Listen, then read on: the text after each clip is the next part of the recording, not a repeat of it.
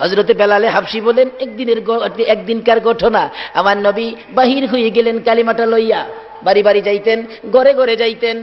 15 দিন হয়ে গেল, আমার নবী 15 দিন পর মদিনায় ফিরে আসলে হযরতে বেলালে হাবশী মসজিদে নববীর সামনে দাঁড়াইয়া ডাকতেছেন, ইয়া রাসূলুল্লাহ, বাহির থেকে আইসা, সফর থেকে আইসা মসজিদের নববীর মধ্যে যাইয়া 2 রাকাত নামাজ পড়েন।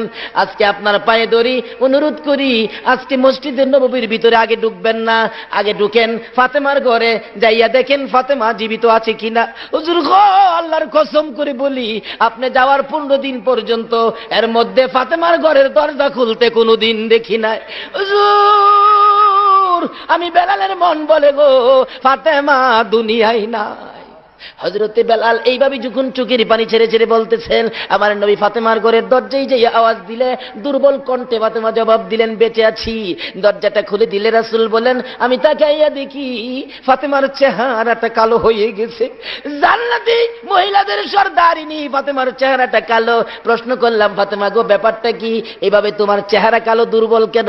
আল্লাহর হাবিবের প্রশ্নের জবাব দেন, ফাতেমা বাবা গো, আপনি যাওয়ার 15 দিন আজ পার হয়ে যায়, এই পর্যন্ত 15 দিন পর্যন্ত আল্লাহর কসম করে বলি ফাতেমার চুলায় আগুন জ্বলে না। একদিনকার ঘটনায় পাওয়া যায়, আমার নবী 3 দিনের উপবাস। এই জন্য ভাববেন না আমার নবী গরিব, এটা উম্মতের জন্য রাখছেন। কোন কোন গরিব উম্মত এই করলে, আমার রাসূল বলছে এরকম গরিবদের সাথে আমার হাসরটা হবে। কি বলেন, আমার নবী কি গরিব? নবীর উপাধি কি? 2 জাহানের বাদশা। কি কোনোদিন গরিব হতে পারে? কিন্তু নবীজি গরিবিটাকে পছন্দ করতেন উম্মতের জন্য।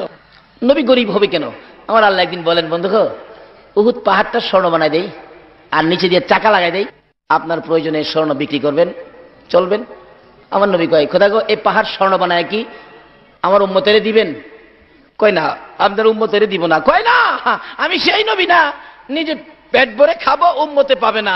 আমি ওই নবী, আমারা যেটা দিবেন সেটা আমার উম্মতের দিতে হবে, তাইলে নিব। ইয়া রাসূলুল্লাহ, উম্মতকে দেওয়া হবে না। তাইলে আমি এটা নিব না। নবী 3 দিনের পেটের খিদা লইয়া হাঁটতে হাঁটতে যাইতেছে ফাতেমার ঘরের দরজায়। ফাতেমা, ফাতেমা রে, ঘরে আসো কিনা? ফাতেমা চোখের পানি মুছতে মুছতে দরজাটা খুলে দিলেন। নবীজি গায়ে, ফাতেমা গো, চোখে পানি কেন? 3 দিনের পেটের খিদা ছিল ফাতেমার কাছে, নবীজি বলবেন। এমন সময় ফাতেমা বলেন, বাবা গো, চোখে পানির কারণ হলো আজকে 4টা দিন পার হয়ে গেছে, আমি ফাতেমার চুলায় আগুন জ্বলে না।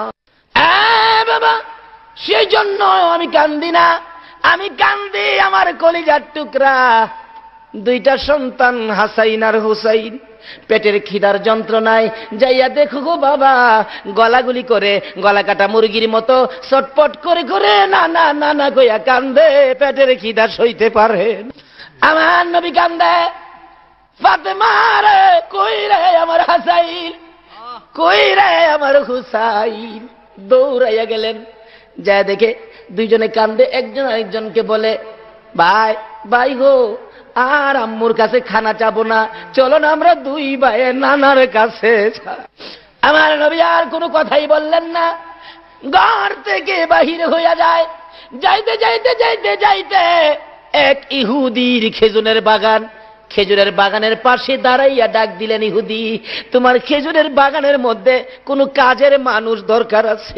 উম্মতেরা গো, এটুক নবী না করলে পারতেন। হাদিস শরীফে আসছে, যে নবী একদিন সাহাবীদেরকে নিয়ে রওনা করলে সাহাবীরা বলেন, হঠাৎ দেখলাম নবীজি উপরের দিকে হাত বাড়াইলেন, কি যেন আইনা পায়রা খাইলেন। প্রশ্ন করলাম, ইয়া রাসূলুল্লাহ, কোথায় হাত দিলেন, কি খাইলেন? রাসূল বলেন, সাহাবীরা রে, আমি যা পারি তোমরা তা পারবি না। হুজুর কি করেছেন জানতে চাই? রে সাহাবীরা, আমার মন চাইলে আমি হাত বাড়াইলাম, ওই জান্নাতের ফলের গাছ থেকে একটা ফল পাইরা আমি রাসূল খাইলাম। যেই নবী জান্নাতের ফল পাই না, দুনিয়ার জমিনে খাইতে পারে গো, সেই নবী কেন ইহুদির বাগানে কাজ করতে চাইলো? এটা হলো আমার উম্মতের শিক্ষা দেওয়া। কারণ আমার উম্মতেরা যদি বিপদে পড়ে অন্যের বাড়িতে কাজ করতেও যায়, তাতে কোনো লজ্জা নাই, কাজ করে খেতে পারো। এই গরিব, দেখো তোমার পক্ষে নবী কত সুন্দর ব্যবস্থা করে। কাজ শুরু করে দিবেন। কিভাবে কাজ? কিতাবে আসছে, এক বালতি পানি উঠাবে, 3টা করে খেজুর দেওয়া হবে।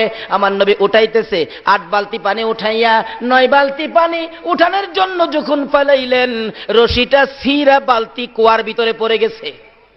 ইহুদি দূর থেকে দেখে, পানি উঠাও না কেন? দৌড়াই আসছেন, পানি উঠাও না কেন, পানি উঠাও না কেন, পানি উঠাও না কেন? আমার নবী বলেন, বালতি ছিঁড়ে পড়ে গেছে। তুমি বুঝি বালতি ছিঁড়া ফালাইছো? আমি ছিঁড়ি নাই, ছিঁড়ে পড়ে গেছে। এই কথাই কাটাকাটি করে আমার নবীর গাল মুবারকে থাপ্পড় মারছে। নবী ডাক মারছে, ইহুদি রে, 3 দিন পর্যন্ত না খাইয়া আমি নবীর গালের গোশত মনে হয় কমে গেছে রে ইহুদি।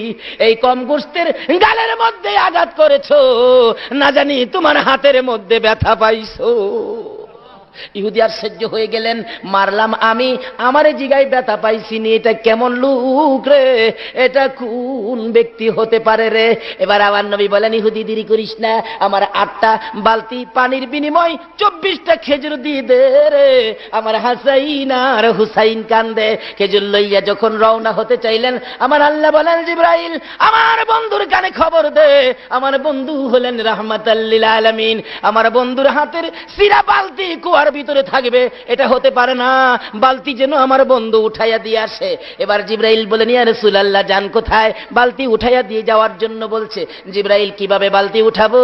আল্লাহর বন্ধু গো, আপনি রাহমাতাল লিল আলামিন, কুয়ার ভিতরে হাত দিয়ে বালতিরে ডাক দেন, দেখবেন বালতি কিভাবে আসে। আমার নবী কুয়ার পারে দাঁড়াইয়া ডাকে, বালতি রে আয় আমার হাতে আয়। আমার নবী ডাক দিতে দেরি, মরা বালতি নবীর হাতে আসতে দেরি হলো না। ইহুদি বলেন, একই কারবার জীবনে দেখি নাই, বালতি ডাক দিলে হাতে আসে। উনি কে হতে পারেন? বসে বসে চিন্তা করতে করতে দেখে উনি আখিরি নবী গো, রাহমাতাল লিল আলামিন। নিজের হাত নিজে কাইটা ফালাইছে। কি করেছো? কার সাথে বেয়াদবি করেছো? বেহুশ হইয়া পড়ে আছে। ব্যবসায়ীরা লম্বা ঘটনা দেখে মাথায় পানি দিলে জ্ঞান ফিরে আসলে প্রশ্ন করলেন, কি ব্যাপার, হাত কাটা কেন? তোমরা আমাকে আখিরি নবীর দরবারে নিয়ে যাও। নিয়ে গেলে রাসূল দেখেন হাত কাটা। বাবা তোমার হাত কাটা কেন? হুজুর বেয়াদবি করেছি, রাসূলের সাথে হাত কাইটা ফালাইছি। হুজুর গো, আমার বেয়াদবির ক্ষমা হবে নি। আমার নবী বলেন, ইহুদি রে, একবার পড়ো, মধুর কালিমা মাপ পাইয়া যাবে। ইহুদি বলেন, সুযোগ যখন পাইলাম হাতটা ভালো করে লই। হুজুর কালিমা পড়বো, শর্ত হলো আমার হাত যদি বালা করে দিতে পারেন। বলুন আমার নবী পারবে কিনা বলুন? নাকি আমার নবী কিছু জানে না? আমার আল্লাহ বলেন, বন্ধু লাগাও, ভর্তি করো তোমার প্রেমের হসপিটালে। আমার নবী ডাকে, ইহুদি রে আয় আমার পাশে আয়। পাশে আইসা যখন দাঁড়াইলেন, নবীর প্রেমের হসপিটালে ভর্তি করে কাটা হাত হাতের মধ্যে লাগাইয়া ব্যান্ডেজ করে দিলেন। বিসমিল্লাহির রহমানির রহিম। ইহুদি বলেন, হাত লাগালে সাথে সাথে জোড়া লাইগা যায়, তাই না টুই না দেখি আগের চাইতে বেশি শক্ত হইয়া গেছে। জোরে কোন সুবহান। বলতেছিলাম এইভাবে আওলাদে রাসূল জুনাইদের পাশে দাঁড়াইয়া বলতেছেন, জুনাইদ রে, আমার বাচ্চাগুলো 3 দিন পর্যন্ত না খাইয়া ঘুমায় না, চেহারা কালো হয়ে গেছে, বাবা হইয়া ঘুরতেছি, কোন রুজি রোজগারের ব্যবস্থা পায় না। জুনাইদ পারবিনি? আজকে মানুষের সামনে নতি স্বীকার করে আওলাদে রাসূলের মুখে হাসি ফুটাইতে আমার রাসূল খুশি হইয়া যাইব। জুনাইদের কানে কানে যখন নবীর ভালোবাসা, আওলাদে রাসূলের ভালোবাসার গানটা যখন শুনাইলো, জুনাইদ মাটির দিকে মাথা দিয়া চিন্তা করে কি করা যায়। এমন সময় জুনাইদ বলেন, আমি শুনি মাটির কোণার দাঁড়াইয়া দাঁড়াইয়া আবার রাসূল যেন ডাকতেছেন, জুনাইদ পারবি দি আমার আওলাদের মুখে হাসি ফুটাইতে? ফিরাইস না রে, আমি রাসূলের কলিজায় আঘাত দিস না। জুনাইদ বলেন, কণ্ঠ আমার কানে লাগতেছে। চিন্তা করলাম কি করা যায়। নিজের আমিত্ব, নিজের বাহাদুরি, নিজের বরত্ব মাটির সাথে মিশাইয়া নবীর প্রেম আর ভালোবাসার বাজারে বিক্রি করে দিয়ে আওলাদে রাসূলের সাথে কুস্তি শুরু হয়ে যায়। জুনাইদ কুস্তি লড়বে, বাঁশি যখন ফু দিলেন লেফারি, এবার জুনাইদের গায়ে যখন আওলাদে রাসূল আঙ্গুলটা লাগাইলো, চিত হইয়া জমিনে পড়ে গেছে, উঠতে পারে না। লেফারি বলেন, কি হলো? লোকেরা বলেন, কি খেলা হলো? আল্লাহ বলেন, এটাই হবে ফাইনাল খেলা। উঠো, উঠছে, আবার আঙ্গুল ইশারা করলে জমিনে পড়ে গেলে বুকের উপর চইরা বসছে, হয় না, আবার আবার লাগাইলে 3 বার পড়ে গেলে এবার পরাজয় বরণ করেছে জুনাইদ। লোকেরা বলেন বাদশার দরবারে যাও না, এই বাদশা তোমাকে খানা খোরাক দিবে না, বেতন দিবে না। জুনাইদ চোখের পানি ছেড়ে ছেড়ে মাটির দিকে তাকাইয়া নিজ বাড়িতে রওনা হয়। আর উপস্থিত জনগণকে বলতেছেন, সম্মানিত দর্শক মন্ডলী, যেই খেলা দেখার জন্য আসছো, আজকের খেলার মতো কোনো দিন আর খেলা হয় নাই। যাই বলো না বলো, বাদশার দরবারে আর যাইতে পারবা না। জুনাইদ বলেন, জনগণ গো, আমি এই বাদশার দরবারে আর যাইতে চাই না, আমি দুজাহানের বাদশার দরবারে রওনা হয়েছি। এই ভালোবাসার কারণে পালোয়ান জুনাইদ এশারের নামাজ পড়ে যখন বিছানায় শুইলেন, জুনাইদ বলেন, আমি ঘুমাইতে না ঘুমাইতে দেখি দয়ার নবী, মায়ার নবী আমি জুনাইদের ঘরে হাজির হইয়া গেছে। মাথায় হাত বুলাইয়া ডাকতেছে, জুনাইদ রে, আমি নবীর ভালোবাসায় নিজের আমিত্ব বিলীন করে দিয়েছো, নিজের বাহাদুরি বিলীন করে দিয়ে আমার নবী, আমি নবী আওলাদের মুখে হাসি ফোটাইয়া পুরস্কারের ব্যবস্থা করে দিয়েছো, সেই জন্য আমি নবী তুমি জুনাইদকে পুরস্কার দেওয়ার জন্য আসছি। নবী নিজের হাতে জুনাইদের মাথায় পাগড়ি পরাইয়া বলে দিলেন, জুনাইদ রে, আজ তুই পালোয়ান জুনাইদ নয়, আজ থেকে তুই হলে তাজুল আউলিয়া, আউলিয়াদের মাথার তাজ জুনাইদ। জুড়ে জুড়ে কন্যা সুবহানাল্লাহ। একদিনের নবীর ভালোবাসায় জুনাইদ ওলি হইয়া যায়। এই নবীর ভালোবাসা ব্যতীত আল্লাহর ওলি হওয়া যায় না। শুধু এই নয়, নবীর ভালোবাসায় আরো কত কি পাওয়া যায়। হাদিস শরীফ খুলে দেখুন, হাদিস শরীফে আসছে, হযরত আব্দুল্লাহ বিন খুযাইফা নামে নবীর এক আদরের সাহাবী ছিলেন। নবীরে কেমন ভালোবাসতো, বিয়ের দিন রাত্র 12টা প্রায় বাইজা গেছে, নবীজি চিঠি দিয়া পাঠাইলেন খুযাইফার কাছে, চিঠিখানি নিয়ে দিবে। চিঠি নিয়ে একজন সাহাবী দৌড়ায় গেলেন, গিয়া দেখেন বিয়ের রাত্র, মাত্র বিয়ে হয়েছে, খানাদানার সামনে আস্তা মুরুগ সামনে হাজির, ডাকতেছেন, খুযাইফা মুরগির মধ্যে হাত দিও না, মাত্র বিয়েটা হয়েছে। তার আগে নবীর চিঠি আসছে, চিঠির মধ্যে হাত দাও। নতুন জামাই মুরগ সরাইয়া ওইটা দাঁড়াইয়া গেছে, ইয়া রাসূলুল্লাহ কন্যা, আর যদি কোন ইয়া রাসূলুল্লাহ, ইয়া রাসূলুল্লাহ বলে দাঁড়াইয়া খুযাইফা চট করে চলে আসছো। হুজুর আমি সজাগ ছিলাম, বিয়ের রাত্র বিয়ে হয়েছে, খানার টেবিলে খানা আসছে, খানা খাই নাই, আপনার ডাকে চলে আসছে আপনার ভালোবাসার মালা গলায় লইয়া। এমনি সময় নতুন বিবির হাতের চিঠি, স্বামী একটু আসো তোমাকে দেখা দেয়, তুমি তো চট করে চলে গেলা, তোমাকে আমি দেখি নাই, তুমিও আমাকে দেখো নাই। ও স্বামী, আমি বাধা দিব না গো, মহিলারাও কেমন মহিলা ছিলেন, বাধা দিব না, যুদ্ধে যাইবা, নবীর জন্য শহীদ হইবা, আমার কোনো আপত্তি নাই, চিনে যাও, পরিচয়টুকু নিয়ে যাও, কাল কিয়ামতে আমি যখন বলবো আমি শহীদের বিবি, তুমি যেন আমাকে বিবি বলে চিনতে পারো। সেই জন্য চিঠি সিরা ফালাইলেন। নবী পাঠাইছে চিঠি, কারো চিঠি হাতে নিব না। আবার চিঠি গেলে রাসূল জিজ্ঞেস করলেন, কিসের চিঠি রে খুযাইফা? হুজুর আমার নতুন বিবির হাতের চিঠি দেখার জন্য বলছে। অনুমতি দিলেন, দেখে আসো। পরে দরজার সামনে দাঁড়ায় ডাকতেছে, বিবি, বিবি রে, দেখ জীবনের শেষ দেখা। রাসূল বলছে প্রধান সেনাপতি হব, আমি যদি শহীদ হয়ে যায় এই দেশে আর দেখা হবে না রে বিবি, দেখা হবে রে হাসরের ময়দানে। বিবি বলেন, স্বামী ঘরের ভিতরে আসো। না না, ঘরের ভিতরে যদি ঢুকি, তোমার দিকে যদি ভালো করে তাকাই, হয়তো নবীর মহব্বতের চাইতে তোমার মহব্বত বেশি হবে, আমার যাইতে বেশ দেরি হয়ে যাবে। না না, আর দেখবো না, আমি তোমাকে দেখেছি, তুমি আমাকে দেখে দাও। এই বলে বিদায় হইয়া নবীর সামনে হাজির। সকালবেলা যুদ্ধ চলে গেলে, যুদ্ধ করতে করতে নবীর আদরের প্রধান সেনাপতি শহীদ হয়ে গেছে। এই খবর যখন পৌঁছে যায়, নতুন বিবি আওলাকে সে পাগল বেশে ঘর থেকে দৌড়ায়া বাহির হয়। রাস্তায় যাকে পাই জিজ্ঞেস করেন, যুদ্ধের থেকে আসছেন, হুনাইনের ময়দান থেকে আসছেন? হ, আমার স্বামী আব্দুল্লাহ বিন খুযাইফা বলে শহীদ। কে বলছে? কি বলেন, মৃত্যুর খবরটা কি মানুষ সন্তানদের কাছে, আপনজনের কাছে কি সরাসরি কয়? না, বাড়িতে যাও বাবা, তোমার বাবার শরীরটা বেশি ভালো না, বাড়িতে যাও, এরকম কইলেই কিন্তু বোঝা যায়। বিবি বলেন, শুনেছি শহীদ, বলো আমার স্বামীর লাশটা কোথায়, আমি মন ভরে জীবনের শেষ দেখা দেখব। ওই সাহাবী বলেন, না না, তোমার স্বামী তো পিছনে আসতেছে, আসল খবর সরাসরি কয় না, পিছনে তো আসতেছে, কথা তো সত্য। আরেকজনকে পাইলেন, কোথায় যাও? যুদ্ধের ময়দানে। আমার স্বামী বলে শহীদ, ঘো দেখতে যায়। কে বলছে তোমার স্বামী পিছনে আসতেছে? এইভাবে যাইতে যাইতে হযরতে আবু বকরের সাথে দেখা। আবু বকর কোথায় রে? আমার স্বামী বলে শহীদ। না, পিছনে আসতেছে। এই খবর আসতে আসতে সকলেই খালি বলেন পিছনে আসতেছেন। দৌড়ায় গেলেন, ইয়া রাসূলুল্লাহ, আমার স্বামী আব্দুল্লাহ বিন খুযাইফা তো শহীদ শুনলাম, এখন তো সকলে বলে আবু বকর সহ বলে পিছনে আসতেছে। হুজুর কি ব্যাপার আমি জানতে চাই। আমার নবী বলেন, সকলে যখন বললেন পিছনে আসতেছে, আমার আবু বকর বললেন পিছনে আসতেছে। আরে খুযাইফার নতুন বিবি, অপেক্ষা করো, তোমার স্বামী পিছনে আসতেছে। আমার আল্লাহ বলেন, জিবরাইল আমার বন্ধুর ভালোবাসায় জীবন দিল রে, তার বিবি পাগল বেশে তালাশ করে। আবু বকর বলেন, সাহাবারা বলেন পিছনে আসতেছে।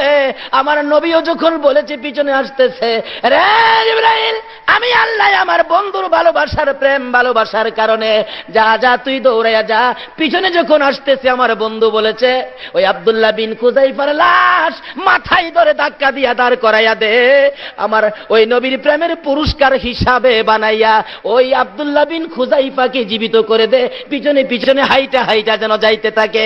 সাহাবারা তাকাইয়া দেখে আব্দুল্লাহ বিন খুযাইফা ওই কাদের থেকে নাইমা নিচে হাইটা হাইটা যাওয়া শুরু করে দিলেন। জোরে জোরে কন্যা সুবহানাল্লাহ।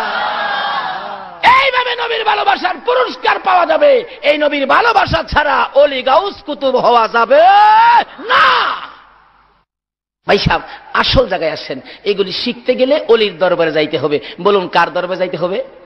দেখেন আল্লাহর অলিদের ভয় নাই, কোরআন শরীফে আসছে। আল্লাহরে কাছে রাখে, তাদের জন্য কি অবস্থা। কিতাবে ইঙ্গিত আছে এরকম একটা ঘটনা।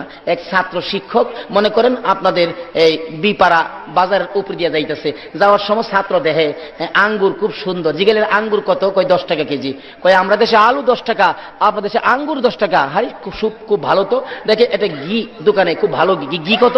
কয় 50 টাকা। সরিষার তেল কই 50 টাকা। তেলে ঘি একদম।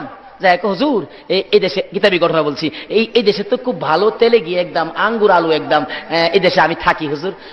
উস্তাদ কয় বেড়া যে দেশে তেলে গিয়ে একদম, এই দেশের মানুষের বিচার নাই, থাইস না লজাইগা। কয় হুজুর আপনি জানেন না কিছু, আপনি জানগা, আমি এই দেশে থাইকে লই। বেড়া এই দেশে থাইকে ভালো ভালো জিনিস খাইতেছে। এক ঘটনা এই দেশে ঘটছিল, কিতাবি ঘটনা। এক বাদশার বাড়িতে চুর ঢুকতে চাইছিল, নিচে দিয়া চুরি করতো। এই হিনকাইটটা বিল্ডিং এর নিচে যে যাইতে চাইছে না, এই বিল্ডিং এর ইট খুললা পইরা চুরের পিঠে চাপা খাইয়া চুর গেছে গা মইরা। চুরের বাবা খবর পাইয়া দৌড়ে আইছে, আমার পোলা মরছে। কি আপনার বাড়ির বিল্ডিং এর ইট খুললে আমার বেটা চুরি করতে আইছা, আমার বেটা মারা গেছে, ওখানে আপনার বিচার হইব। আচ্ছা চুর মারা গেলে কি ভাইছে বাড়িওয়ালার বিচার হয়? আচ্ছা ওখান কিন্তু বুশের বিচারটা ঠিক তদরূপ। হাজার হাজার মুসলমানদেরকে ইসরায়েলি বাহিনী পাখির মতো গুলি করে করে মারে, তাদের বিরুদ্ধে কোনো বিচার নাই। নিরস্ত্র নিরীহ নিষ্পাপ ইরাকের মুসলমানগুলোকে পাখির মতো গুলি করে করে মারতেছে। এমনকি মায়ের কোলের শিশুরা পর্যন্ত রেহাই পায় না। 18 মাসের একটা পূর্ণিমার চাঁদের মতো এক ধন্য মায়ের সন্তান মায়ের কোলে ছিল, আমেরিকার বাহিনীর গুলিতে মার কোল থেকে বাচ্চার মাথাটা উড়ে গেছে। কি অপরাধ করেছিল মায়ের কোলের শিশুরা, পত্রিকা খুললে আর সহ্য করতে পারি না। আজকের বিচার আমরা ওলিদের হাতের সাথে হাত বাড়ায়া, আর দুনিয়ার কোনো মানুষের কাছে নয়, জাতিসংঘের কাছে নয়, আজকের বিচার আমরা কার কাছে দেব? বাগদাদের জমিনকে যেন আল্লাহ পরিষ্কার করে দেয়।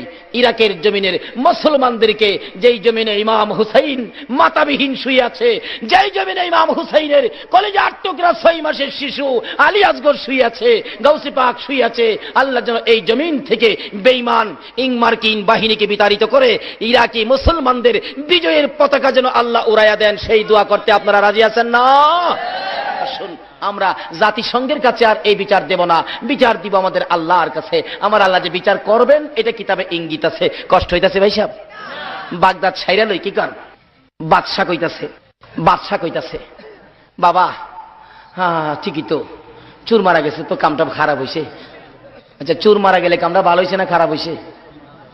দেখেন কোন দেশে কি হয় না হয়, আর সমস্ত দোষ এনে মুসলমানরা দিয়া বইতে হয়। এলাকাটা দোষ যে দেয় কে? উনি বুশ। বাদশাকে বেটা আমার দোষ তো নাই। কয় বিল্ডিং এর মালিক আমি, কিন্তু বিল্ডিং এর ইট তো আমি লাগাইছি না, রাজমিস্ত্রি লাগাইছে। এই রাজমিস্ত্রি কিভাবে লাগাইলো এই জন্য ইট খুললা মরছে, তাইলে দোষ রাজমিস্ত্রি রয়েছে। হ্যাঁ এটা কেন? রাজমিস্ত্রি আইসি চাচা কেন ডাকছেন? তুই যে বেটা ইট লাগাইছ, ইট খুললা চুর মারা গেছে, তোর ফাঁসি হইব। বিচার কর ফাঁসি। রাজমিস্ত্রি ইট লাগাইলে শুনছেন কোথাও মিস্ত্রির ফাঁসি হইতে? মিস্ত্রিকে চাচা কন কি কয় কইছি তোর ফাঁসি।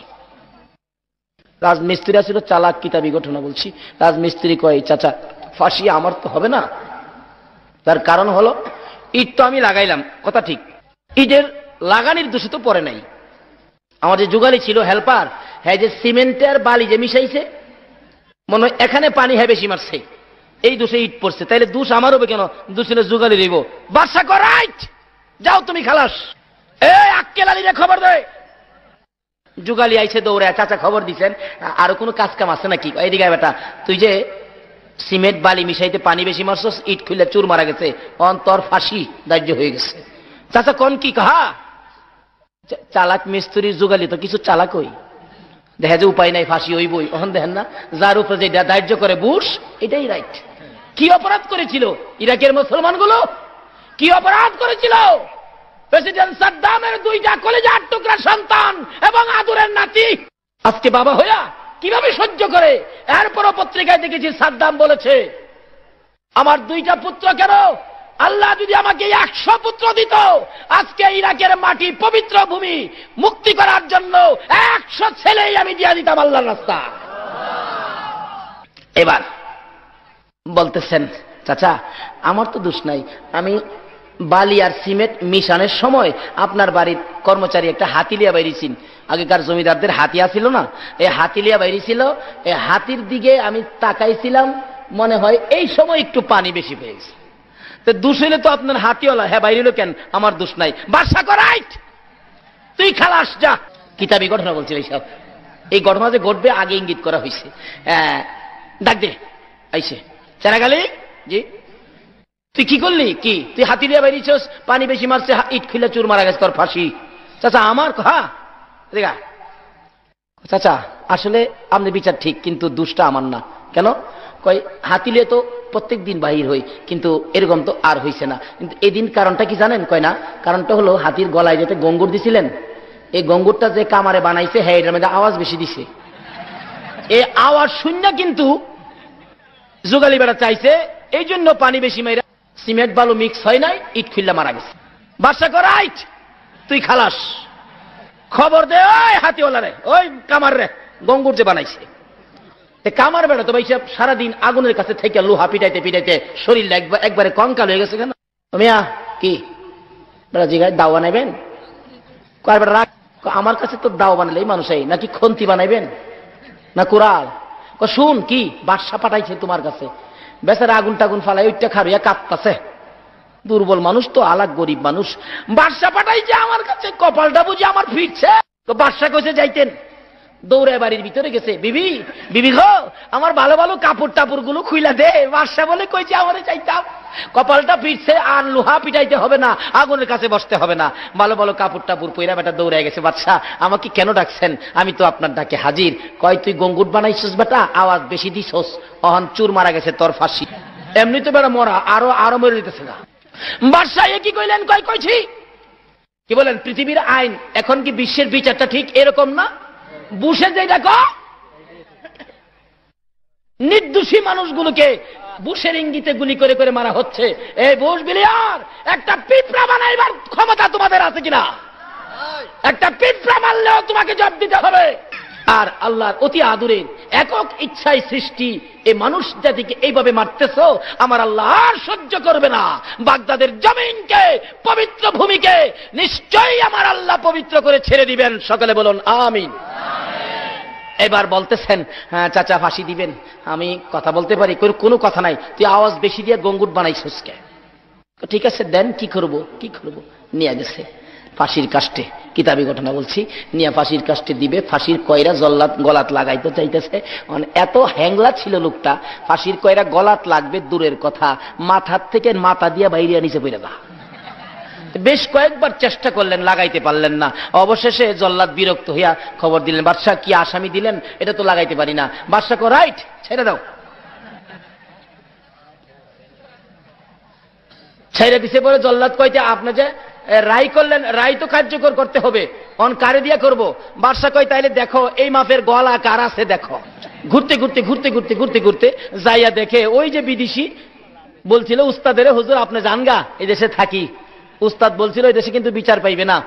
আপনি কি জানেন মিয়া, জানগা আপনি গিয়া মাপ দিয়া দেখে দেখেন না, আমরা দেশে বিদেশ থেকে যে আই দেখেন না মাশাআল্লাহ ফল ফলাদি খাইয়া, আর এই কিসিমের খাইছি তো মাপ দিয়া দেখে একেবারে সুতাই সুতাই লাগছে। নাম কি? আমি তো বিদেশি। বিদেশি? বাদশার কাছে জমা দিয়ে পাইছি এমুক জায়গায় আছে একজন বিদেশি। সকালবেলা পুলিশ পাঠাইছে, দইরা আনছে। হ্যাঁ, বাদশার সামনে দাঁড়াইছে। হ্যাঁ, বাদশা কয় তুমি কি বিদেশি? হ্যাঁ। এই ঠিকানা? বলে হ্যাঁ। আসো। বাদশা আমাকে কি বেকার ভাতা দিবেন? কয় বেটা চুর মারা গেছে, অন্তর ফাঁসি হবে। চিন্তা করেন, চুর মারা গেছে, কার ফাঁসি? এবার মাপ দিয়া দেখে লাগে। বাদশাকে বেটা তোমার ঘাড় মোড়া দেখিয়া তোমার ফাঁসি, কারণ এই মাপের গলা আর পাই না ফাঁসির কাছে লাগাইবার লাগিয়া। কই আমার কি দোষ? কি কয় দোষ এটাই তোমার গার মোড়া। আচ্ছা, অন কি বুশের বিচারগুলি ঠিক এরকম না? যে দেশে তেল আছে এই দেশে আক্রমণ করো। বিচার শুরু হলো। কি বিচার? মোটা বেটারে লইছে, গলা মোটা। খেলা আছে নি? লাগাইছে। জল্লাদ কয় ওজো বাদশা আলমদার লাগে। সময় কতটার সময়? 12টা 1 মিনিট। মাইপা দেখছে ঠিক আছে, মানুষ খারাইছে ফাঁসির কাষ্ট, ছেলেটা কাঁদতেছে। বিদেশি মানুষ, বিদেশি বিদেশি। হায় রে, হুজুর কইছিন রে এদেশে থাইস না। হন বুঝলাম হুজুর কইছিন যে আল্লাহ ওদেরা তো কইছিন এটা মান্য না, এর হোক তো অনেকে ঢুকছেন ভাই সাহেব, এর লাগি তো গলাত ফাঁসি। হুজুর যে কইছিন ওখানে হুজুরের দাম হয়েছে, আগে হিসাবের দাম নাই। কান্দে। বাসাকে কি আমার হুজুরের কাছ থেকে একটু দেখা করে আসি, হুজুরের কাছে দেখা করে আসি। কয় যাও, অনুমতি দিলাম। গিয়া হুজুরের পাওয়া দিয়ে কান্দা, হুজুর ওর দিন আপনার চিনছি হুজুর। হুজুর কিছে? আমার তো ফাঁসি রায় হয়ে গেছে। কবেটা আগে তো কইছিলাম আমার কথা হইনা চল। হুজুর পাওয়া ধরি আপনার কথা হইনা চল। অন কি লাভ হইব? হুজুর কয় আচ্ছা ঠিক আছে চল চল আজাই আমি যাবো। রাস্তা গিয়া কই হুজুর আমার কি পাইব? কয় আমি থাকতে তোর চিন্তা কি, চিন্তা করিস না, আজাই। রাস্তা গিয়া কই তোর যখন ফাঁসি দিতে চাইবো আমি তোর ধাক্কা মেরে ফেলাই দিয়া আমার গলাটা বাড়াই দিব, আর আমারে দিতে চাইলে তুই আমার ধাক্কা মেরে ফেলাই তোর গলাটা বাড়াই দিবে। হুজুর তারপরে কি হইব? কি ভাইডা আমি বুঝুম না, তুই রাহরিস না, তোর কিছু কোন লাগতো না। আমাদের সাথে একটা কথা আছে না, উস্তাদের মায়ের জানি কোন সময়। বাইশাখ শেষ মুহূর্ত। এবার কয় চল যাইতেছে। একটু গিয়া হুজুর কি হইব, আমারও পাইব কি? কবে আমি তো চিন্তা করছি। উস্তাদের মায়ের যায় কয় বাদশা আরে ফাঁসি রাই দিছেন, তাড়াতাড়ি ফাঁসি দেন। কই কি রে? আয়া কই বাঁচাইবো আর তাড়াতাড়ি দিত, কই তাড়াতাড়ি দেন। লাগাইতেছে পরে গিয়া উস্তাদ গিয়া ধাক্কা মারে, হ্যাঁ না না হ্যাঁ হ্যাঁ আমার ছাত্র আমারে তুই আমার হুজুর দিবেন। বাদশা কয় এদিকে আয়, দুজনে এদিকে আয়। এই ফাঁসির রশির মধ্যে লাগে মরবার লাগে দুয়াটা পাগল মানুষ বাঁচতে চায়, আপিল করে আবদার করে, আর তোরা দুয়াটা হমানে মারতে চাস। ব্যাপারটা কি? মুরব্বী মিয়া এদিকে কি ব্যাপার? মুরব্বী কইতাছে, উস্তাদ কইতাছে, হুজুর পিসা হুজুর কইতাছে বাদশা আসল কথাটা কই শুনবে না কি? আজকে রাত্রে স্বপ্নে দেখছি এই ফাঁসির রশিটা যার গলাত লাগিয়া মরবো হ্যাঁ হগলের আগে বেহেশত যাইব। কিতাবি ঘটনা বলছি। এই জন্য ভাবলাম হ্যাঁ ছাত্র পোলাবান মানুষ, হ্যাঁ এখন যাইতো কি লেগিয়া, হ্যাঁ আরো কিছুদিন দুনিয়া খায়া যায় আক না, আমি বুড়া হয়েছি আমি আগে যাই।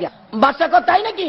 তাই না হইলে কইছি আজকে কি আমার সামনে আমার রাজ্য থেকে তোমরা আগে বেহেশত যাইতা? এই দুয়ারে বের কর, জানায় দাও সারা দেশে বাদশা আনুষ্ঠানিক ভাবে আজকে বেহেশত যাইব, এই রশি আমার গলায় দে। অপেক্ষায় থাকুন। এই নিরপরাধ মুসলমানদেরকে নির্দেশ দিয়ে যারা পাখির মতো গুলি করে করে মারাইছে, এই বুশ বিলিয়ারের আর বেশি দিন বাকি নয়। বিচারের দাহ্য, বিচারের রায় হয়ে গেছে, একদিন বেশি দিন আর বাকি নয়। সমস্ত পৃথিবীর মানুষ মিলে রায় করবে বুশ বিলিয়ারের গলায় ফাঁসি। এই বিচারটুকু দেখার দরখাস্ত আল্লাহর দরবারে করতে রাজি আছেন কিনা? আজকে আমরা এই দরখাস্ত করব। এই পবিত্র ভূমি মক্কার পরেই তো মদিনা, মদিনার পরেই তো বাগদাদ। আজকে এই বাগদাদের ইজ্জত আল্লাহ যেন রক্ষা করেন। এই বাগদাদের পবিত্র ভূমিকে পবিত্র করে ইং মার্কিন বেঈমান বাহিনীকে বিতাড়িত করে বিজয়ের পতাকা যেন মুসলমানদের কলিজা যেন ঠান্ডা করে দেন। সকলে বলুন আমিন। আজকে তাদের জুলুম অত্যাচারে কত সন্তান হারা মা রাস্তায় রাস্তায় ঘুরছে, বাবা বাবা করে কত সন্তান মা বাবা হারা রাস্তায় কান্দে, কান্দার শোনার মানুষ পর্যন্ত নাই। কি অপরাধ করেছিল?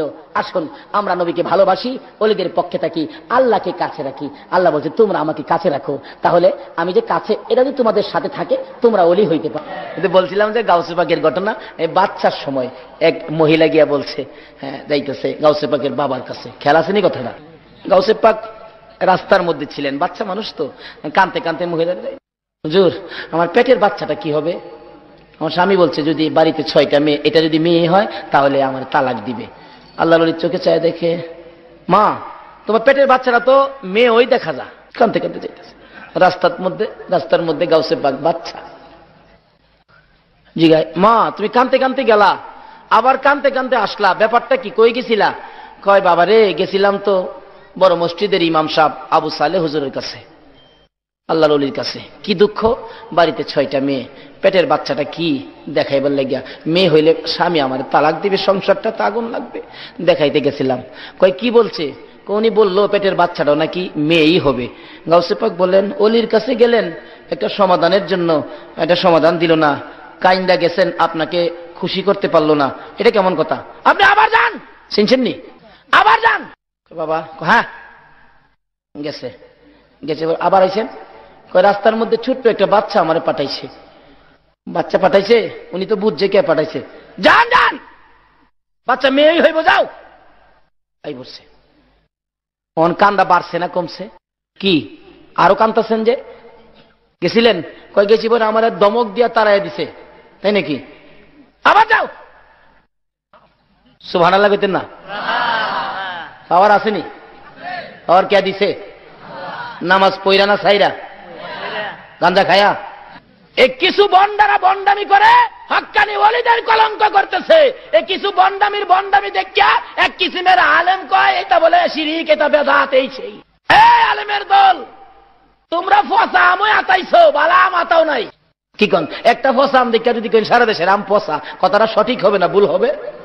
কারণ আম থাকলে ফসা বালা থাকবোই, কি বলেন, থাকবে না? যাই হোক, 2বারের মাথায় যাইতেছে, আবার গেলেনি আমার মারে, কয় আমি লগে যাবো। 2বার ধমক দিয়ে 3বারের মাথায় গাউসে পাক সাথে গেছেন। গিয়া কয়, আব্বা কি? কয় তুমি মিয়া বড় বাড়াবাড়ি করো, বেটারা মহিলাটা আসছে, তার 6টা মেয়ে, পেটের বাচ্চাটা মেয়ে, আমি দেখলাম মেয়ে, আসলে তো ঠিকই দেখছে মেয়ে, আমি তো বললাম মেয়ে, তুমি আবার পাঠাইছো? হ্যাঁ আব্বা আমি পাঠাইছিলাম, অলিদের কাছে আইসা যদি মানুষ শান্তি না পায় আর যাইব কই? অলিদের কাছে আইসা যদি মানুষ সমাধান না পায় আর যাইব কই? মুসা নবীর আমলে এক পাগল ছিলেন, জুন্নুন পাগল, মতান্তরে অন্য নামও হতে পারে। এক মহিলার সন্তানাদি নাই, তুর পাহাড়ে যাইতেছে মুসা, পিছনে ডাই, হুজুর তুর পাহাড়ে যাইবেন, কহ আল্লাহর সাথে কথা কইবেন বলে। তো জিগাইছে আল্লাহ রে, আমার সন্তানাদি হয় না কেরে? মুসা জিগাইছে আল্লাহ, সন্তানাদি হয় না কেরে? আল্লাহ কয় মহিলার বাজেট নাই। পরের দিন কই দিছে, তোমার সন্তান হবে না, বাজেট নাই। আচ্ছা আল্লাহ বাজেট না করলে আর কই বাজেট করাবার ক্ষমতা আছে? এসে পড়ছে। আরে পাগলা ঘুরে আর ডাহে, 1 রুটি 1 লারকা, 2 রুটি 2 লারকা, 3 রুটি 3 লারকা। বেটি কয় এদিকে রুটি খাইবি? হ্যাঁ দিছে রুটি, খাইয়া কয় একটা ছেলে দেলাইস, আরেকটা খাইবি? কয় দে। আরেকটা খাইছে, খায়া কয় 2টা দেলাইস। কয় কেমনে দেখেন না? এটা মুসা নবীর উম্মত। আচ্ছা মুসা নবীর উম্মতের পাওয়ার বেশি না আখিরি নবীর উম্মতের পাওয়ার বেশি? আরে আখিরি নবীর উম্মতের পাওয়ার মুসা নবীর উম্মতের সাথে হইতে পারে? হাদিস শরীফ খুলে দেখুন না, রাসূল বলছেন উলামা ও উম্মতি কা আম্বিয়াই বনি ইসরাইল, আমার উম্মতের মধ্যে উলামাগণ বনি ইসরাইলের সম্মানী পয়গাম্বরদের মতো পাওয়ারফুলি। তাইলে পয়গাম্বরের মতো উম্মতের মতো হবো কেন? নারায়ে তাকবীর, আল্লাহু আকবার, নারায়ে রিসালাত। জন্নুল পাগল বলেন 2টো ছেলে দিয়া দিস। মহিলা বলেন আরেকটা রুটি খাবি নিরে পাগল? খাবো, আরেকটা দে। খায়া কয় 3টা ছেলে দিয়া দিস। গেছে গা। সময় মতো সিরিয়াল মতো 3 ছেলে হলে একদিন মুসা নবীকে দেখে ডাক দিলেন, মুসা নবী দিগায়েন আপনি কি কইলেন আর আপনারা আল্লাহ বা কি কইল বুঝি না, আপনারা বুঝি মিশা কথা শিখছেন। কিছে আপনার আল্লাহ না কইছে, আপনি কইছেন আমার ছেলে নাই, 3 ছেলে দি। কই লালু কালু ফালু কই এদিকে আয়, 1 2 3 1 2 3, উল্টা গনে একবার বাউ গনে একবার। দেখছেন মুসা কয় খোদা গো একই ব্যাপার, একই ব্যাপার আপনারা কইছেন। কয় কইছি, তো ছেলে দিলেন কে রে? কই মুসা রে এমন এক পাগলে ধরছে রে, বাজেট নাই, বাজেট করতে হইছে। আরে আগের খেলার প্লেয়ার যদি এত বড় বাজেট করাইতে পারে তাহলে বিশ্বকাপের খেলোয়াড়ের বাজেট কত বড় হবে? মুসা বলে এটা কেমন কথা গো, বাজেট নাই, বাজেট করলে এটা কেমন? পাগল কে এত পাগলামি করেছে? আমি দেখতাম যদি। আল্লাহ কয় মুসা রে কি আমার একটা মানুষের গোশত নিয়ে আস, একটা টুকরা গোশত নিয়ে আসো। একটা ব্যাগ দিলেন, ছুরি দিলেন, ঘুরে যারে পায় আক্কেল আলী মিয়া 1 টুকরা গোশত আল্লাহ চাইছে। মুসা নবী মাথাটা বুঝি খারাপ হইছে, আল্লাহ কি জীবনে গোশত খায়? যাই কয় খালি কয় পাগল, মাথা খারাপ, সারাদিন ঘুরলো পাইল না। সন্ধ্যার সময় দেখে পাগল ঘুরে 1 রুটি 1 লারকা।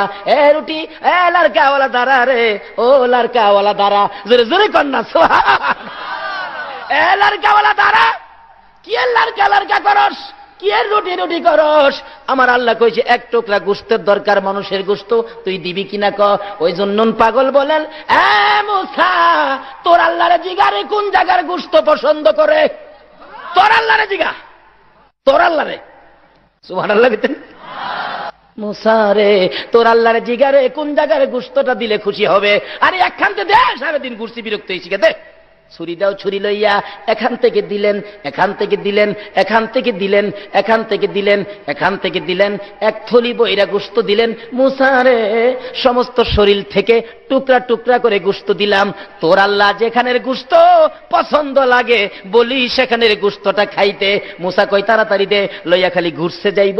আল্লাহ কয় মুসা পাইছসনি গোশত, পাইছসনি? আমি আল্লাহর কথা শোনা মাত্র যেই পাগল সারা শরীর থেকে টুকরা টুকরা গোশত খুলে আমি আল্লাহরে দেয়। মুসা তোর শরীরে কি গোশত ছিল না রে মুসা? তুই তো পারলি না এক টুকরা গোশত দিতে। যেই পাগল আমি আল্লাহর কথা শুনে টুকরা টুকরা করে গোশত সারা শরীর থেকে খুলে খুলে দেয়, ওই পাগলে একটা কেন, দুইটা, তিনটা কেন? ওই পাগলে যদি আমি আল্লাহর কাছে কোনো জিনিস আবদার করে রে, বাজেট না থাকলেও বাজেট করে আমি দিয়া দিতে রাজি। বলতেছিলাম মুসা নবীর উম্মত শুধুমাত্র টুকরা টুকরা গোশত দেয় গো, আখিরি নবীর উম্মত নিজের কলিজা খুইলা দিয়া দেয়। হাদিস শরীফে আসছে, অনেক মজার লম্বা ঘটনা, যাইতে পারবো না, সময় নাই। কেন দিবে না আমার আল্লাহ? গাউসে পাক বলেন, বাবা গো আমি পাঠাইলাম আপনি আল্লাহর ওলি, আপনার কাছে আসার পরে যদি সমাধান না পাই আর কোথায় যাবে? আপনি যে ধমক দিয়েছিলেন, দ্বিতীয়বার আসা, প্রথমবার আসার পরে আপনার ধমকে তাকায়া দেখেন, আপনার ধমকে পেটের মেয়েটা ছেলে হয়ে গেছে। দেখেন বাবা, দ্বিতীয়বার পাঠাইলাম, আবার যখন ধমক দিয়েছিলেন বাড়ির 6টা মেয়ে ছেলে হয়ে গেছে গো বাবা। বাবা আবার যদি ধমক দেন সমস্ত পৃথিবীর মহিলাগুলো ছেলে হইয়া যাইব। ইনি হলেন বড় পীর গাউসুল আজম, বাগদাদের জমিনে যিনি ঘুমিয়েছে। এ বেঈমান আমেরিকার বাহিনী আর বেশি দিন থাকতে পারবে না। ভাই সাহেব আসল জায়গায় আসেন, এগুলি শিখতে গেলে অলির দরবারে যাইতে হবে। বলুন কার দরবারে যাইতে হবে? দেখেন আল্লাহর অলিদের ভয় নাই, কোরআন শরীফে আসছে, আল্লাহরে কাছে রাখে, তাদের জন্য কি অবস্থা। একবার একটা ঘটনা হয়েছিল। কি ঘটনা? এই জুনাইদ বুগদাদি রহমতুল্লাহ যখন পালোয়ান ছিলেন, তার সাথে তার বন্ধু ছিলেন। বন্ধুরা ছিল খ্রিস্টান। আমাদের মধ্যে হিন্দুদের সাথে মুসলমানদের বন্ধুত্ব আছে না, এরকম বন্ধু ছিল খ্রিস্টান। সবসময় জুনাইদের কাছে থাকতেন। জুনাইদ অলি হওয়ার পরেও জুনাইদের কাছে আসতেন। একদিন বললেন, জুনাইদ বাবা আমি তো আপনার কাছে আসতে পারবো না আগামীকালকে। কেন? আগামীকালকে আমাদের 1800 খ্রিস্টানের পীর পাদ্রী আসবেন। তাই নাকি? কয় যে তোমাদের পাদ্রী কি বলে আমাকে নিয়ে যাইবা, আমি শুনবো। ঠিক আছে চলেন না, চলেন। এবার 1800 খ্রিস্টান নিচে বসছে, পাদ্রী পিসাবকে উপরে বসাইছে, মাইক দিলেন, ওয়াজ করবেন। জুনাইদও কিন্তু নিচে বসছে।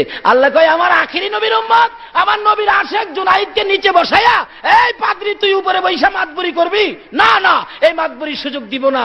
এবার পাদ্রীর গেট বাল্ব বন্ধ করে, একটা গেট বাল্ব আছে কিন্তু, দেখে নেন, হাতে দেখেন না, আছে। আল্লাহ কয় গেট বাল্ব বন্ধ, আমার আখিরি নবীর উম্মত নবীর আশেক নিচে বসে তুই মাতবুরি করবি, বন্ধ। কথা বলতে পারে না। আধা ঘন্টা পার হয়ে গেল, কথা বলতে খালি ডুব গিলে। হগল খ্রিস্টানরা কয় হুজুর মারেন না, মানে তাদের ইচ্ছে হলো দেখায় দিব জুনাইদ রে। জুনাইদ মাথা নিচে দিয়ে বসে নিচে। অবশেষে পাদ্রী জিগায়, এখানে কি কোনো আখিরি নবীর উম্মত আছে, নবীর আশেক কোনো ব্যক্তি এখানে আছে? ওই জুনাইদের বন্ধু কয়, পাদ্রী সাহেব আমার বন্ধু জুনাইদ আখিরি নবীর আশেক, মুসলমান, উনি এখানে আছেন। কই জুনাইদ কোথায়? আমি। আপনি নবীর আশেক জুনাইদ? কই এই লেগে আমার গেট বাল বন্ধ, আপনার সামনে কথা বলার সাহস আমরা নাই। জুনাইদ আচ্ছা এখন আপনার সাথে ওয়াজ হলো, কি ওয়াজ? আচ্ছা আমি 2টা প্রশ্ন করি জুনাইদ, আপনি জবাব দিবেন। কি প্রশ্ন? 1 নম্বরে প্রশ্ন হলো, আচ্ছা আপনারা যে বলেন জান্নাতের মধ্যে একটা ফলের গাছ হবে, এই ফলের গাছটা নাকি সমস্ত জান্নাতের দরজা জানালা দিয়া ফলের ডাল ভিতরে ঢুকবে। একটা গাছ এত বড় 10টা পৃথিবীর সমান একটা জান্নাত, এর প্রত্যেকটা ঘরে ঘরে কিভাবে ঢুকবে একটা গাছ? এটা বুঝে আসে না। জুনাইদ কয় আর কি প্রশ্ন? এই গাছের ফল নাকি সকালে খাইবে যে মজা, বিকালে খাইবে ডবল মজা, ডাইন দিকে চাবাইলে যেই মজা, বাম দিকে নিলে অন্যরকম মজা, জালটক। জুনাইদকে প্রশ্ন করেন না আর কি? কয় না 2টার উত্তর দিয়ালন। আপনি জানেন না? কই জানলে আপনারা জিগাইছি।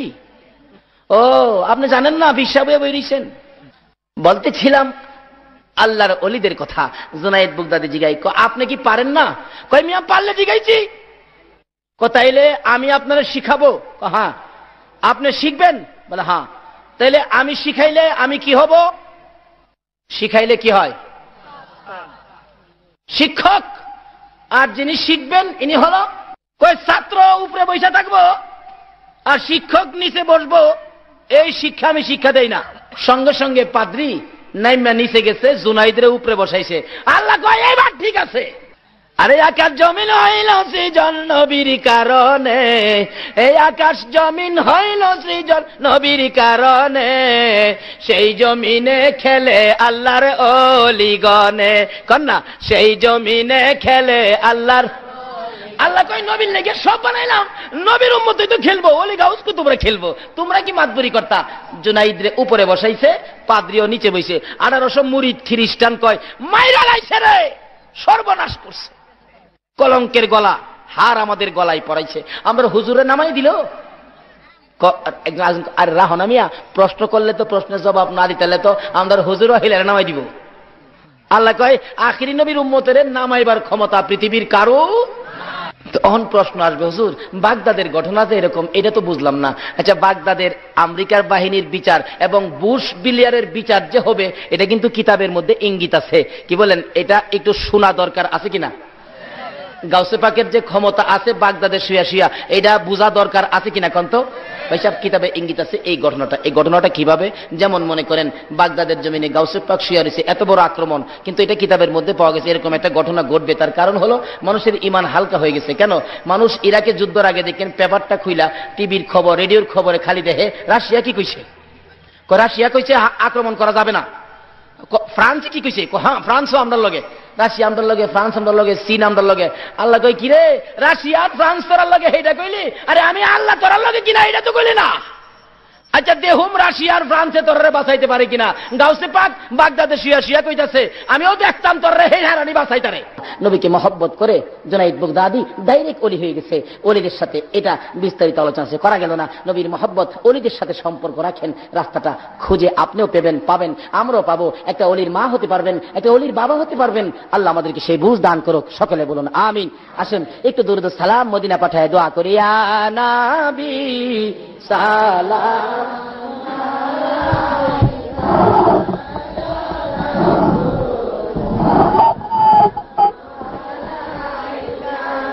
ইয়া হাবিব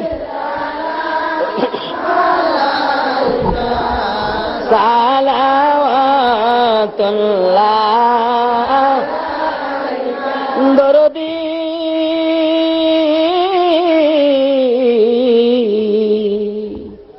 ওগো দয়াল নবীজি,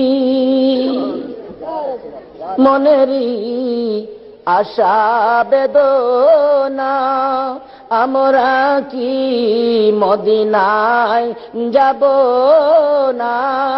কোন পথে হব রওয়ানা? আমরা তো সেই পথ চিনি না। ইয়া নবী সালাম ইয়া রাসূল সালাম আলাইকা ইয়া হাবিব সালাওয়াতুল্লাহ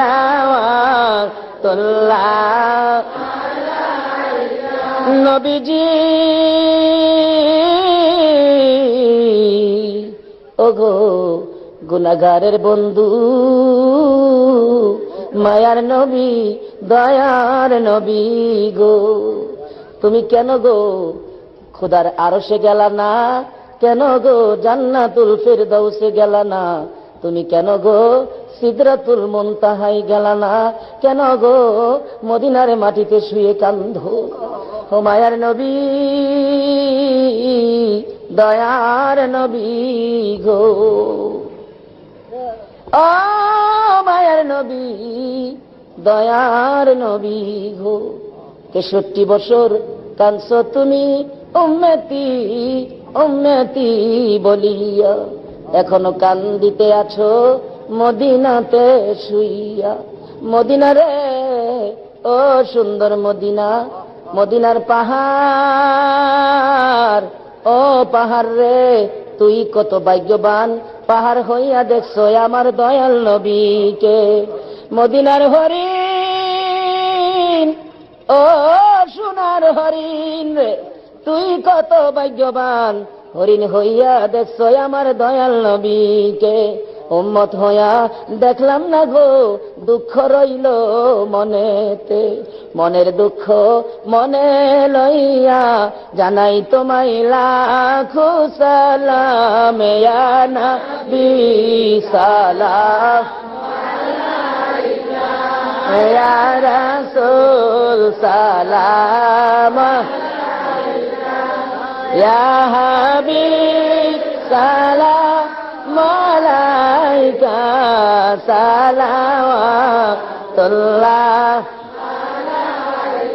बेजाए रब मेरे दुरूद सलाम नबी पर अपने मुदम बलगल खुला बिकमालिकी कशफत दुजा बिजमालिकी हसनत जमीओ खिसालिकी सल्लो अलैहि वालिकी सल्लिमो या कौम बल सल्लो अला सद्रिल अमीन मुस्तफा मा जा इल्ला रहमतल लिल आलमीन। আসলে দোয়া করুন, আল্লাহুম্মা আমিন। ربنا ظلمنا أنفسنا وإن لم تغفر لنا وترحمنا لنكونن من الخاسرين رب ارحمهما كما ربياني صغيرا। রব্বুল আলামিন, রাত্র শেষ, খোদা গো কবে জানি আমাদের হায়াত শেষ হয়ে যায়। শাবান চাঁদে জান্নাতের বাগানে বসে জান্নাতি মেহমানদেরকে নিয়ে হাত বাড়াইলাম। প্রভু তুমি যার প্রেমে সব বানাইছো, ওই নবীর ওপর দুরূদ ও সালাম মদিনা পাঠাইলাম। আমাদের দুরূদ ও সালাম গুলো পাখির মতো উড়াইয়া উড়াইয়া নবী পাকের রওজায় পৌঁছাইয়া দাও। মাবুদ, খাস করে এই অলির দরবারে একটা রাত্র শেষে আমরা যারা হাত বাড়াইছি, আল্লাহ গো দেখো তোমার বান্দারা ভিক্ষুকের মতো বসে রয়েছে। দুনিয়ায় যারা ভিক্ষা করে বাসন নিয়ে বসে থাকলে পয়সা পায়, টাকা পায়, আমরা যে তোমার দরবারের ভিক্ষুক হইয়া হাত বাড়াইলাম, তুমি আমরা রে কি দিবা গো আল্লাহ। মাবুদ, জানি না কবে জানি এই দুইটা হাত আর বাড়াইতে পারবো না, কবে জানি এই দুইটা হাত কাফনের ভিতরে ঢুইকা যায়, কবে জানি দোকান বন্ধ হয়ে যায়, কবে জানি অফিসে কালো নিশান উড়াইয়া দেয়, কবে জানি মাইকে জানাজার খবর শুনাইয়া দেয়, কবে জানি কার সন্তানেরা এতিম হইয়া যায়। মাবুদ গো, এতিমের ঘটনা বলতে গেলে আমার কলিজা মানে না। আমার বড় ভাইয়ের 5টা বাচ্চা এতিম। গত রমজানের করুণ দৃশ্য, কার একটা বাচ্চা ছেলে জানি নতুন জামা পরে হাঁটতেছে। আমার 5 বছরের ছোট্ট ভাতিজাটা দেখে জিগায়, এই জামা তোমারে কে কিনে দিছে? আমার আব্বু। আমার ভাতিজাটা কয়, তোমার আব্বু আছে? চোখের পানি সাইরা দিছে। ওই ছেলেটা জিগায়, তুমি কাঁদো কেন? আমি কাঁদি, তোমার আব্বু কত সুন্দর জামা কিনা দিছে। বাইরে আমার আব্বু না, আমার মা বলেছে আমরা বলে এতিম হয়ে গেছি। কান্দি, ঈদে নতুন জামা কে কিনা দিব? তার মা কান্দার আওয়াজ শুনে দৌড়ে আসছে, বাবা কেন কান্দো? মাগো এত নতুন সুন্দর জামা দেখছনি, তার আব্বু বলে কিনা দিছে। আমরা যে আব্বু নাই, জামাই আমরা কে কিনা দিব? মা গো, আমার আব্বুর কবরের পাশে নিয়ে যাও না, আমি আমার আব্বুরে বলবো আমার জামা কিনা দিয়া যাও। তার মা কান্দে, মাবুদ গো কি আগুন লাগাই। অবশেষে মা ধৈর্যের সহিত বুঝাইতেছে, বাবা কান্দিস না, তোর কাকারাই তো তোর জামা কিনা দিব। ওই দিন আমি বাড়িতে ছিলাম, দৌড়া যাই, আমার সামনে দাঁড়াইয়া 2টা ভাতিজা কান্দে, কথা বলতে পারে না। জিগাইলাম বাবারা রে কেন কান্দো গো বাবা? একটা কয় কাকা আমরা যে বাবা নাই গো, আমরা ঈদের কাপড় কে কিনা দিব গো কাকা? আমরা ঈদের কাপড় কিনা দিবেনলি কাকা গো, জামা কিনা দিবেনলি? আমি চোখের পানি রাখতে পারতেছিলাম না। ওই দিন বাজারে যাইয়া আগে তাদের জামাগুলো কিনলাম। তারা বিশ্বাস করে বাড়িতে আসতে রাত্র প্রায় 10টা বাইজা গেছে। আইসা দেখি এখনো ঘরের দরজা খোলা দেখা যায়। তার মা বলে ভাই রে একটু পরে পরে আমার এতিম সন্তানেরা দরজাটা খুইলা ডাক মারে, কাকা আইসলি। দৌড়ায় এসে সামনে দাঁড়ায়, জিজ্ঞেস করি বাবারা কেন আসছো? কোনো কথা কয় না, চোখের পানি ছাড়ে। বাবারা রে কেন কান্দো? আমি তো বেঁচে আছি, কি লাগবে তোমরা বলো আমার কাছে। এই ছেলেগুলি ডাক দেয়, কাকা আমরা অন্য কিছুর জন্য কান্দি না, আপনি 2 দিন 3 দিন পর পর বাড়িতে আসেন কাকা গো, আমরা আব্বু কি আর জীবনে বাড়িতে আসবে না? হ্যাঁ মাবুদ, এইভাবে কবে জানি কার সন্তানেরা এতিম হয়ে যায়, কবে জানি কার জীবনের শেষ গোসল হয়ে যায়, কবে জানি জীবনের শেষ বিদায়ের অনুষ্ঠান হয়ে যায়। ওই দিন আসার আগে আমরা যারা হাত বাড়াইছি গো আল্লাহ, দেরি করো না, ফিরাইও না, ঘুরাইও না। এই মুহূর্তে আমাদের সকলের জীবনের গুনাহগুলো ক্ষমা করে দাও। ক্ষমা করছো নি গো আল্লাহ? ডাক দেন না আল্লাহ, হে আল্লাহ জীবনের গুনাহ ক্ষমা করছো নি। দুনিয়ায় দেখি সন্তানেরা অপরাধ করলে মা বাবা দমক দেয়, বাড়িতে জায়গা দিব না। রাত্র গভীর হয়ে যায়, ঘরের কোনায় যাইয়া ডাক মারে, মা মা গো মা, মা দুরুদি। অপরাধী সন্তানের জন্য হারিকেনটা লয়া দৌড়াইয়া বাহির হয় রে।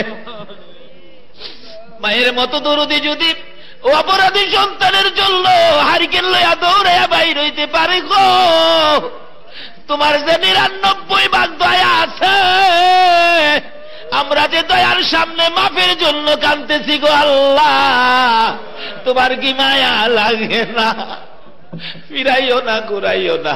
কার জীবনে কত গুনাহ হিসাব জিগাইও না। এই মুহূর্তে আমাদের সকলের জীবনের গুনাহ ক্ষমা করে দাও। ইয়া আল্লাহ, জীবনের গুনাহ মাফের আসার দরখাস্তের পর আর একটা দরখাস্ত করি, তুমি কিন্তু রাগ হইও না। রাত্রে 12:30 পর্যন্ত যারা বসে আছে, আমার বিশ্বাস সকলের মনে কিছু না কিছু ব্যথা আছে। কার মনে জানি কি ব্যথা আমি তো জানি না রে আল্লাহ। কার মনে জানি ব্যথা, হুজুর আমার মা নাই। কার মনে জানি ব্যথা, হুজুর আমার বাবা নাই, বাবা নাই। কার মনে জানি ব্যথা, হুজুর আমার মাও নাই, বাবাও নাই। এ মা বাবার অভাবী হইয়া কে জানি 2টা হাত বাড়াইছে রে আল্লাহ। এই হাতগুলি তুমি কেমনে খালি ফিরাইবা? মাবুদ গো, ওই সকল মা বাবার পক্ষ থেকে ক্ষমা চাই, তাদের কবরগুলো জান্নাতের বাগান বানাইয়া দাও। মাবুদ, মা না থাকলে সন্তানেরা যে কত কান্দা কান্দে রে। এতদিন খালি বলতাম, এখন নিচেও ভুক্তভোগী। ঈদের দিন সকালবেলা কান্তিছি, কার পায়ে সালাম করে ঈদগাই যাব, পাই না মার পাও। বাবা তো হজে গেছে, বাবার পাও পাই না। মায়ের অভাবী, বাবার অভাবী যারা কান্দে রে আল্লাহ, আর দেরি করো না। ওই সকল মা বাবার কবরগুলো জান্নাতের বাগান বানাইয়া দাও। ইয়া আল্লাহ, আমার মায়ের কবর জান্নাতের বাগান বানাইয়া দাও। আমার বাবাকে হায়াত বাড়াইয়া দাও। মা বাবা যার দুনিয়াতে আছে হায়াত বাড়াইয়া দাও। মা বাবা কেমন জিনিস বুঝার তৌফিক ছেলে মেয়েদেরকে দান করে দাও গো আল্লাহ। ইয়া আল্লাহ, দাদা দাদি, নানা নানি, শ্বশুর শাশুড়ি, আলিয়া আওলাদ, বংশধর, ময় মুরব্বী, পাড়া প্রতিবেশী, কান্দানবাসী, মহব্বতী যারা কবরে গো, সকলের কবর জান্নাতের বাগান বানিয়ে দাও। মাবুদ, এই এলাকার জমিনের নিচে যত মোমেন মোমেনাত ঘুমিয়ে আছে, সকলের কবর জান্নাতের বাগান বানিয়ে দাও। ইয়া আল্লাহ, আমাদের সকলকে নেক হায়াত বাড়াইয়া দাও। আমাদের মধ্যে যারা নামাজি, নামাজ কবুল করে লও। যারা নামাজ পড়ে না, নামাজের বুঝ দান করে দাও। যারা বিমারি, বিমার শেফা করে দাও। আমাকে সহ সকল বিমারিকে সেবা করে দাও। যতগুলো দরখাস্ত করলাম মাহফিলের উসিলাই, দুরুদের উসিলাই, জিকিরের উসিলাই, সবগুলো তুমি কবুল আর মঞ্জুর করো গো আল্লাহ। ওয়া সাল্লাল্লাহু তাআলা আলা খায়রি খালকিহি মুহাম্মাদি ওয়া আলা আলিহি ওয়া আসহাবিহি আজমাইন বিহাক্কি লা ইলাহা ইল্লাল্লাহু মুহাম্মাদুর রাসূলুল্লাহ সাল্লাল্লাহু আলাইহি ওয়াসাল্লাম। আসসালামু আলাইকুম।